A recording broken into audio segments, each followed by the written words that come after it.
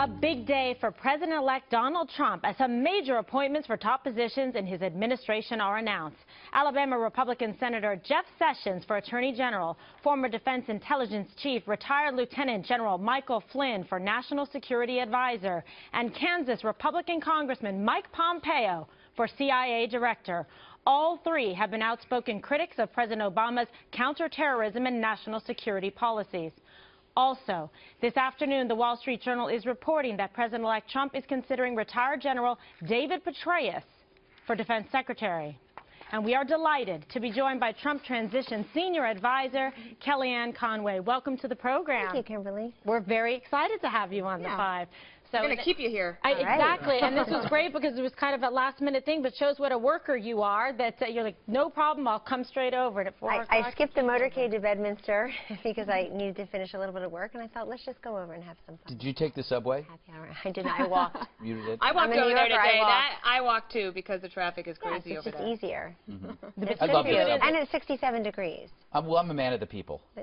Exactly, and as long as you have some sensible shoes, which I specialize in, you'll be okay. Yeah, exactly. All right, so we want to hear all the latest and greatest about the transition. Obviously, some big announcements today. What kind of feedback are you getting, and how do you feel about those choices? Excellent choices across the board, Kimberly.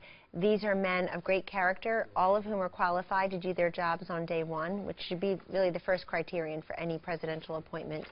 And folks who are loyal to President-elect Trump's vision of the way national security and counterterrorism should go. And in the case of Jeff Sessions of the Department of Justice, I think it's been a very politicized department of late. Hopefully he can bring it back to the calibration where it should be.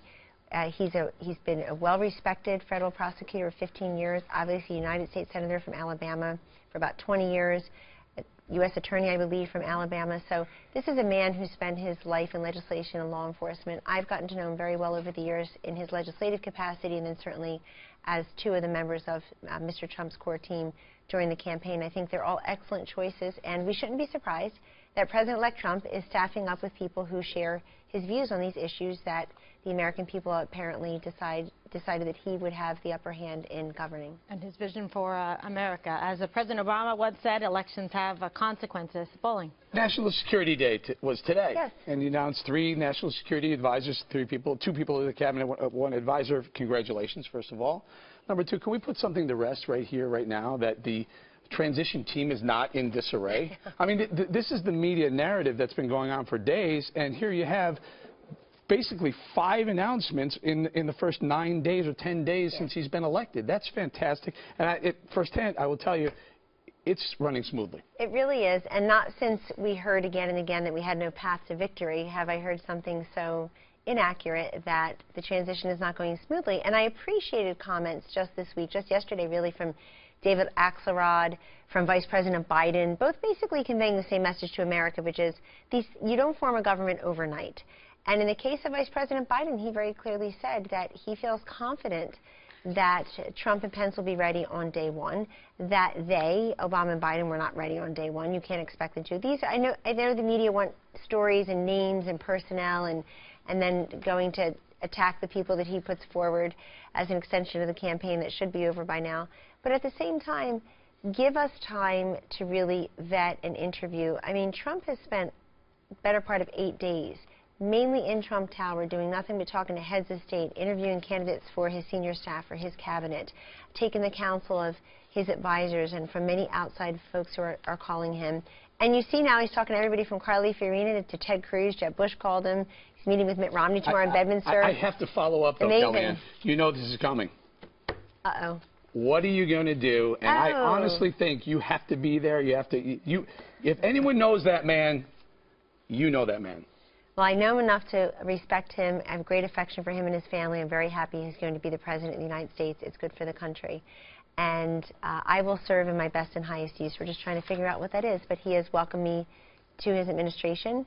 And I've said this before, I'll say it here. What do you want, Kellyanne? What I want is for my 4 small children to not suffer because their mom is in the White House. Children, always the children getting in the way. Not at all, but I would be a hypocrite to say otherwise. But they're great kids, and they'll flourish either way. But I do look. It's an important decision. There are personal and professional considerations at hand, and I know I'll be there for he and Vice President-elect Pence, whom I've been close to for many years, who I was with today, and I think is going to be a phenomenal vice president. But we're figuring that out. I told him, don't worry about me, it'll all come together, but I'll be there. Were you Like serious? a typical amazing mom, not making it about herself, so we respect that. I think that's important because your role as a mother is hugely important, as to many mothers across the country too. Dana, you have a question. Well, I have lots of questions. I guess I want to ask about the news about, well, I don't know if it's news, but the Wall Street Journal reporting about David Petraeus, because I think that would be amazing. And you probably can't comment on it because I know what your position is. So can I ask you about it? Sure, you can ask And then you can say no comment? Just so it's on the record. Well, but I will tell you about David Petraeus and others. We just seem to have a very long list of possible candidates for each of these positions. I've seen the list, and they're robust. They're filled with people who would not surprise you, and then they're filled with a couple of people who would surprise you. But I think what President-elect Trump is trying to do, Dana, is really think about how everybody would work together. And I know in the heat of the campaign, in the fog of war, people have their gladiator costumes on and they look at each other through a political lens. But the fact is you have to look past that when you're forming a government. I don't want Donald Trump to turn into some mushy Hallmark card. You know, he's a tough leader, and America elected him to be a tough leader and to do some really significant things in short order, and indeed he will. But that aside, this is a man who, in business for many years, knows how to build consensus, knows how to cut deals, knows how to negotiate, but in the best interest of what he is, what his fiduciary duty is. And his fiduciary duty here is to the American people and those that he promised to represent. Having said that, he's meeting with Mitt Romney tomorrow. It doesn't mean it leads to a cabinet position. He's had probably 70 meetings, 60 meetings. Not all of them are going to get cabinet positions. But he learns a great deal. I think in the case of General Petraeus, obviously is well respected across the aisle. You want the best and the brightest in your administration. This is about America. This is about the world. And in the case of Governor Romney, I think these are two businessmen who will talk about job creation. And I think a lot of what Mitt Romney talked about in 2012 about the world has become true, actually. That's true. Great point, especially as it relates to Russia. Greg, a sensible question. Sensible? Never mind. Skipping to one. When I want to assess a situation, I call it the RVE. That's the reverse view equation. I turn on the view, and whatever they say, I assume the opposite is actually the truth. And they are apoplectic about these appointments. They're worried about General Flynn. They're worried about Jeff Sessions. Everybody's a racist. What do you make of the hysteria that always seems to happen when there's a Republican in office at the start? I make of it that many people are still fighting the last war, meaning from 9 days ago, the campaign. Folks, the campaign is over. He is your president, even if you have hashtag not my president. I think, Greg, that everybody was asking the right questions about the wrong candidate and their supporters. They were saying, will Donald Trump accept the election results? Right. Will he stop the protesters from, are you kidding me? I couldn't even walk to work last Saturday. There were 20,000 people there not to greet me, called protesters, and some of them not so nice, by the way. Yeah. And the fact is that you have to get over it, and you have to realize that no one Donald Trump appoints will make them happy. That's just a fact, because the wrong guy won. They were for the other team, and they're still for the other team, and they're not yet quite Team America, and they should be.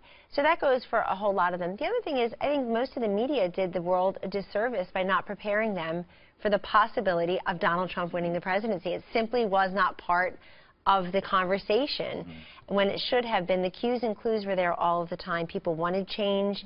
They did not trust or like her much. She didn't have a positive, uplifting, aspirational message at the end. He did, actually, at all. Her campaign was about him, and his campaign was about people.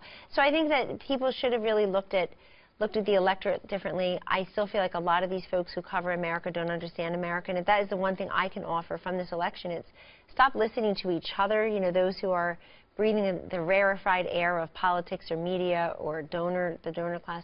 Stop listening just to each other and start listening to people, because they were very honest from the very beginning about what their fears and frustrations and aspirations were, and they brought it right to the ballot box. He was listening. Are you glad you didn't go against Bernie? Do you think Bernie would have had a better chance? Oh, you mean the general? Yeah. No, I don't think this country would elect a socialist. But I did. But Barack Obama. But watching the Another socialist. watching the Democratic primary, we did see a great deal of vulnerability in Hillary Clinton, and we actually chose states early on like Iowa and then Michigan where she had not done well in the primaries, especially Iowa 2008, where she came in third after Barack Obama and John Edwards. And we thought she really never went back to Michigan to try to sew that up, heal that. I think she went to Flint and a couple of other places. But these states, a lot of these places felt like the Donald Trump message writ large. And people forget Bernie Sanders won 22 states and millions and millions of votes, and threw some shade at her this week on The View, in fact. On The View, Kellyanne, I know you was a pollster, so let me ask you two quick polling questions. One is, when you look at Corey Lewandowski going over to London, to the Oxford Union, saying it was Comey in the last weekend that really shifted this election and gave it to Donald Trump. And of course, Donald Trump has said he doesn't know what he's going to do with Comey, and Hillary Clinton has said she believes Comey's responsible. What does the pollster think? The pollster doesn't agree with either of those wholesale, and here's why. The poll started to tighten before the Comey announcement on October 28th, and it was due in large part to Trump being out there talking about Obamacare. Because at that moment, people were opening up their mailboxes and firing up their computers, and they were getting Obamacare premium increase notices. And Obamacare really is the issue in the off-year elections, Juan, as you know, 2010, 2014. Absolutely. That won the Republicans everything. They couldn't do it in 2012 because they nominated the political cover and inspirational blueprint for Obamacare in Romneycare. But that aside, people have felt really frustrated that Obamacare for many Americans is the best example of how invasive, intrusive, expensive. You think it was Obamacare that did it, not No, Comey? I think it's a combination of things. That was a combination of well, it was a combination of things. And then finally, Comey about... hurt, well, and let's be fair. Hillary said on that Friday night, when Comey made his announcement on October 20th, she came out and said, people have already decided about how they feel about the email scandal.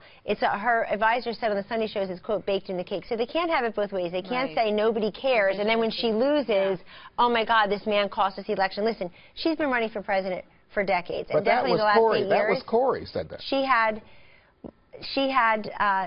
She's been running for president for a very long time. She had all this time to find a better way to connect with the American people, to really scratch the surface of the issues that they tell pollsters they care about. It just wasn't there. Lack of capacity, and it wasn't heartfelt. She didn't have it in her, so that's what happens.